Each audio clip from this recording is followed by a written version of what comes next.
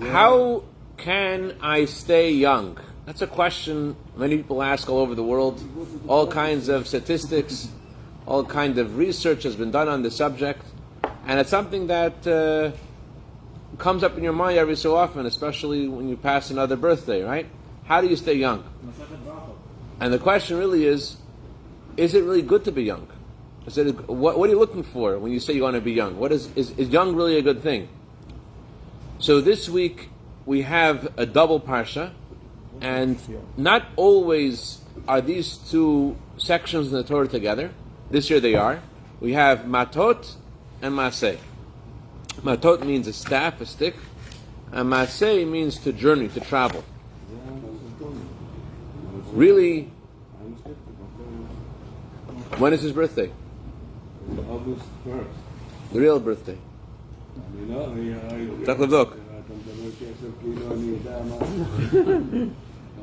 So, taking a journey and traveling is speaks of spontaneity, versus a staff is stagnant. It's in one place, and the Torah puts them together. And we need to understand what's the meaning of these two names and how they come together. Is this a week about being stagnant in one place? Is this a week about journeying forward? Which one is it? So, if you look at the first Torah portion this week, matot. Matot means a staff. The truth is the Jewish people have two names. We're called staffs, and we're also called shvatim. Shvatim means tribes. Shvatim also means branches. Now, in Judaism, it's different than any other language in the world. In every other language, the object that you are using your language that you're describing with your language, the object was there first, and now you pick a word to describe that object. You have a can of soda. So first there is a can of soda, and then you say, oh, let's all agree we're going to call this a can of soda. It's called Shem Heskami. It's a name that everyone agrees on. We're going to call this name. And every country has the different words. They use different things. The Jewish language is the only language that the words existed before the things. Meaning, God created the world with His words. God said, let there be light. Before God said, let there be light, there was no light. So unlike every other language where first you have the object and then you have the name for it, in the holy language, Lashon Kodesh, first there is the name, and the name creates the things that are called by that name. So here we have two names of the Jewish people because there are two different dimensions, two different layers of what our people is about. To understand this, let's look at this discourse of the first Rebbe of Chabad, the Alter Rebbe, who gives a fascinating description of these two words, branch and staff. On the surface, what's a branch? Branch is attached to a tree. A branch can move, can bend. It's affected by its different seasons. And even after it's detached from the tree, it still has some moisture in it. And you could move it around and bend it, and it won't break if you bend it. But a staff, on the other hand, is something which is dry, and it's hard, and it's unaffected by summer and winter and different seasons. And on the other hand, there's an advantage in a staff. A staff is something you could use to lean on. A staff is something you could use to push something around. A staff has resilience. And these represent two different kinds of people that we see all the time.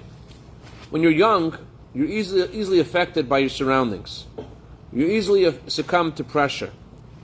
You're willing to take many more risks than you would when you're older. When you're young, you're weaker, and because you're weaker, you blame your faults on other people. You say, I did it because of this person. You also don't have so much of a strength of your own identity, and you really attribute your goodness to your pride, to your parents. I am proud because my dad is. I'm proud because who your dad is, not of your own identity. There was a father who told the Rebbe once, he says, Rebbe, my son is a tzaddik. You know why? Because everything he does has to do with tefillin. He makes pictures with tefillin, he makes Lego with tefillin, everything he does, it's all about tefillin. I think my son is going to be a tzaddik. So the Rebbe told him, it's time you start praying into shul. Start praying in the synagogue. Because the child is a sponge. Whatever he sees, he absorbs. There was a mother who, she loved her son very much, and she called her son my Tairinke, my dear, my beloved, my precious. And he goes off to school for the first time, he goes off to first grade, and he comes back after school, and tell me after school, my double, what happened? Tell me, I want to hear about your day. He comes back after school, and she says, "No, what'd you learn?" "I learned to have a name." My name is David. Before he didn't have a name. Before his name was my double, my ziskite, my precious, my kapara. They shouldn't have any. He didn't have a name.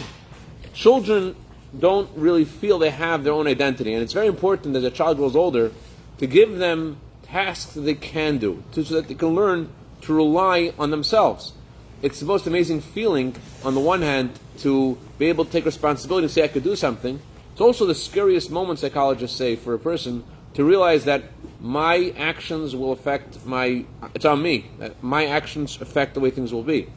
So it's so important to give a child the love that a child needs and to help them grow, and when you can, to let go and to let them walk on their own. To, cut the umbilical cord and let them see what they could do on their own, even if they won't do everything perfectly correct. But giving them that chance to prove themselves and to act on their own really gives a child strength and confidence for the future. There are a lot of adults who've missed out on that special treatment as a child. They go to therapy because they need to get that love and that warmth that they missed out. There's a certain kind of therapy they go through so that they could feel like a child, because they missed that. There is something that you get by being a child, by being the sheva, being the branch, and something you get by being an adult, by being the staff. You get the resilience and the strength as an adult. And there was a boy who went to school, and he did remarkably well on one test. It was the first time he did really good. And the teacher says, "Your dad must have helped you. How'd you do so well?" The kid said, "This is the first time my dad didn't help me." And it's true that when you stand on your own, you discover your own strength. That's why the Torah says a man should leave his father and mother and get married. In order to get married, you have to let go of your father and mother. That's how you discover your own identity. I don't know if this is the right thing to say or not, but psychologists say, how does a child become a man? It's the first kill his dad. Chas v'sholom. Anyways, so that's the difference between a staff and a branch. So these are two kinds of personalities which exist within ourselves as well. In other words, it's not just that one stage of your life as a branch and another stage of your life as a staff, but everyone has the ability to call on their inner child. Every country has a currency. It used to be in time of Avraham Avinu, not only did every country have a currency, but every family had their own currency. There was the Parsakar currency, there was the Cohen currency, there was the Swigi currency. Avraham Avinu had his own coin. What did it say on his coin? On his coin, there was a picture on one side of an old man and an old woman, and on the other side is a picture of a young man and a young woman. And Tosfot says it wasn't actually a picture. It was more just the words: old man, old woman; young man, young woman. And there the idea is that there's on the Jewish currency. What makes us Jews? What's our currency? We always have it on both sides. We always can flip the coin. That means that sometimes you need to use your inner child, and sometimes you need to use your parent, the older part within you, and you always have the ability to flip that coin. That's the coin of Avram. Some people think that they're not able to change anymore. So if to know that as Jews, our currency is that we're always able to call on and to reveal that we're always able to flip the coin. Even when you're older, and you remember when you were younger, you had moisture, you had refinement, you had purity. You're ready to take those risks, and you're old and you don't want to take those risks. But the Torah says that, yeah, you do grow from mistakes you made, but you're always able to call on that inner child. There was a tzaddik, his name was the Baba Rebbe. It's actually the anniversary of his passing. Shlomo Halberstam is tomorrow night. There's Chodesh Av, and he passed away in the year 2000. And he was once with his Hasidim, and they were having this little gathering together, and he needed someone to get some more mashke, some more vodka. So they said, let's go call a child to get the vodka. And what happened was, I guess they had to be a child over the age, otherwise we wouldn't have to buy the vodka. But they asked someone, we need, and meanwhile, they're as they're discussing, they notice, hey, what happened to their Rebbe? Their Rebbe disappeared. He's gone for like an hour. He comes back, all sweaty, like, what happened? He's an older man. Where'd you go? So you needed a child to get the vodka, right? I made a decision to never let go of my child, to always hold on to my inner child, no matter what's going on, to always be in touch with my inner child and to use that inner child whenever I need to. You needed a child to go buy it? I'm the child and I went to go do it. So we have to have that ability to grow, to renew, to take a new take on things. And even when you're older, you have a mission from Hashem. Every age that you're in, whatever age you're in life, you have a mission from Hashem wherever you are. And we always have that ability to start anew. Who here has heard of Eli Wiesel? Eli Wiesel. Heard of Eli Wiesel? Eli Wiesel was a very famous Holocaust survivor who won a Nobel Prize. After the Holocaust, he lost his faith in Hashem and he lost his observance of Torah. He grew up in a city called Munkach, and he was a Vizhnitzer Chassid. He was a Chassid from the Vizhnitzer Chassidim.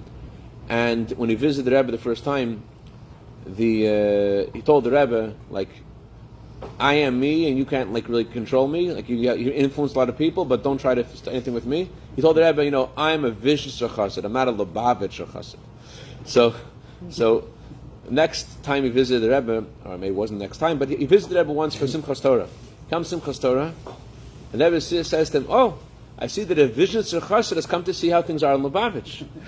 So the Rebbe says, I was there. Anyone who was ever there by Simchas Torah by the Rebbe, it's engraved in your soul, engraved in your body. You can never. It's an experience. It's a lot of light and joy there. Thousands of people together. The Rebbe sees, and the Rebbe says to him, in Lubavitch we say L'chaim. Do they say L'chaim in visions too? That's to protect the honor of visions. He says yes. So the Rebbe says in Lubavitch we aren't satisfied with just one L'chaim. He says in visions a L'chaim for us is like a drop in the ocean. The Rebbe gives him a whole other cup of L'chaim. He has under a cup of L'chaim. The Rebbe says to him, in Lubavitch we don't just do two, because in the Gemara it talks about doing things in two is not a good omen. Zugot. So he has another L'chaim. The Rebbe said in Lubavitch we don't stop in the middle. What do they do in visions? So he has another L'chaim, and he is gone. He's completely gone. And when he's completely gone, the Rebbe says to him, Eli Wiesel can't really answer because he's not really there. You know what I'm saying? And the Rebbe says to him, Eli Wiesel, I want to give you a bracha that you should be able to start over again. He had lost his family, all of his family in the Holocaust. I want to give you a bracha that you should be able to start over again. That's what the Rebbe said to him. Eli Wiesel, Baruch Hashem, he listened to the Rebbe and he got married. And he named his son Elisha after his father. A colleague of mine actually taught his grandson for his bar mitzvah. And at bar mitzvah, Eli Wiesel, son Elisha, gave his grandson his most precious gift. I've given you my son, my most precious gift. The Rebbe sent my father a pair of tefillin, so he should start putting on tefillin again. And I'm giving you this gift. He gave this gift to Eli Wiesel's grandson. And he listened. Elisha Wiesel said, I wouldn't be here if it wasn't for the Rebbe. The Rebbe gave him the ability to start again. They say that life is like sailing a sailboat, right? You can't decide which way the wind blows, but you could decide which way you angle the sail. You could always enter that zone of your inner child. There's a song, a famous Jewish song, why did Neshama enter the world? Why did God bring our soul from heaven to this world? In a way that when the soul is in heaven, it's like the branch. When the soul comes to the world, it's like the staff. In heaven, it's attached to its source. It's doing wonderfully over there. It's full of light and warmth and love for Hashem. That's why a baby, as soon as a baby is born, what does a baby do? It starts to cry. Tzemach Tzedek says the reason why a baby cries is because a baby misses that beautiful, luminous world. But why does God send the neshama from the branch state to become a staff? Why does the neshama dry up the neshama and lose all this moisture, all this chassid, all this wonderful experience in Gan Eden? Why does it have to leave? There was a Jew who was a Baal Teshuvah. He just returned to Yiddishkeit, trying to keep Shabbos and kosher. He had a very hard time doing that stuff. And he visited the Rebbe, and he asked the Rebbe, why is it so hard? The Rebbe always would answer each person according to what made sense in their world. He didn't just give generic answers. He answered each person what that person needed to hear. So he asked him, why is it so hard? So the Rebbe told him that, the Rebbe asked him, what's your favorite hobby? He says, I love art. What kind of art do you like? I like Picasso. I love modern art, I love Picasso. What's your favorite painting of Picasso? He just tells him a certain painting of Picasso. There's a man and a woman. The Rebbe asked him, how much is this painting worth? It's $20 million. So the Rebbe asked, let's say you would be there with Picasso. When Picasso was painting this scene, Picasso experienced this scene, and you would be there with Picasso, and you would take a Kodak camera, and you would take a picture of it, how much would that picture be worth? He says $0.25. So how come the picture is worth $0.25 and the painting is worth $20 million? Because I don't know. I'll tell you why.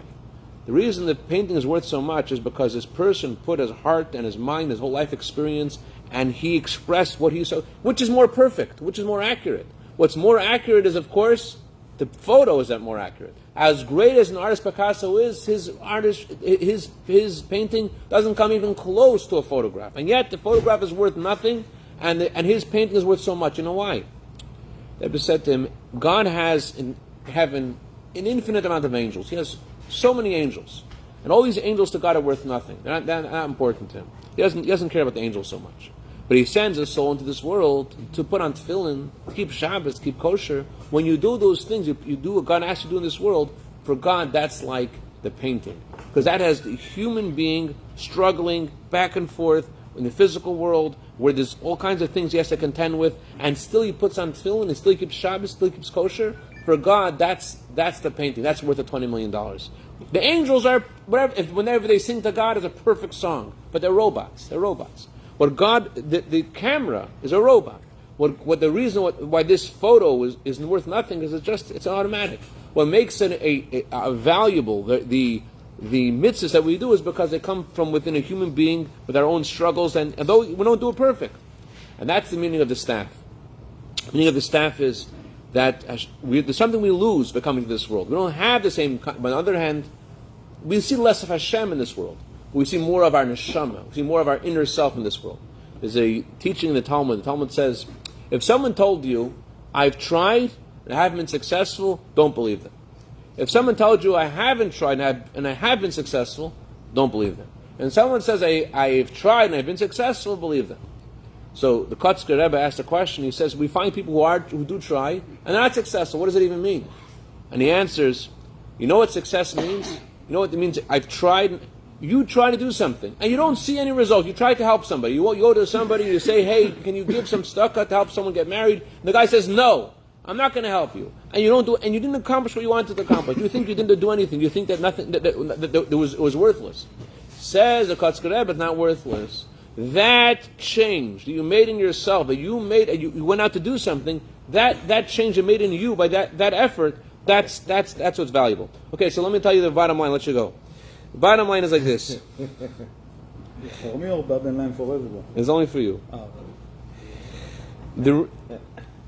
Hashem puts us in a world with challenges. It says in the Torah, Hashem puts us in a world to test us. Why does He test us? He knows what we're going to do.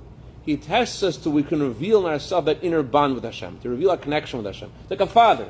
A father has a child. He loves a child. The child's a wonderful child. But how does a father reveal in the child the connection with the father? What do you want to, if you want to see your connection to your son, you hide. No, he's hitting me. Don't hit him. Don't hit your child. He hits me.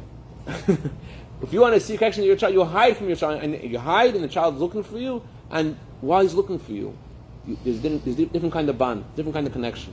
That's why Hashem, so to speak, hides from us, sends us to this world so that we could achieve this inner bond with Hashem, inner connection with Hashem. Without the inner child, you can't do it. As Yehuda said, Yehuda said, how can I go to my father without my child? You need to have the child to be able to get to Hashem.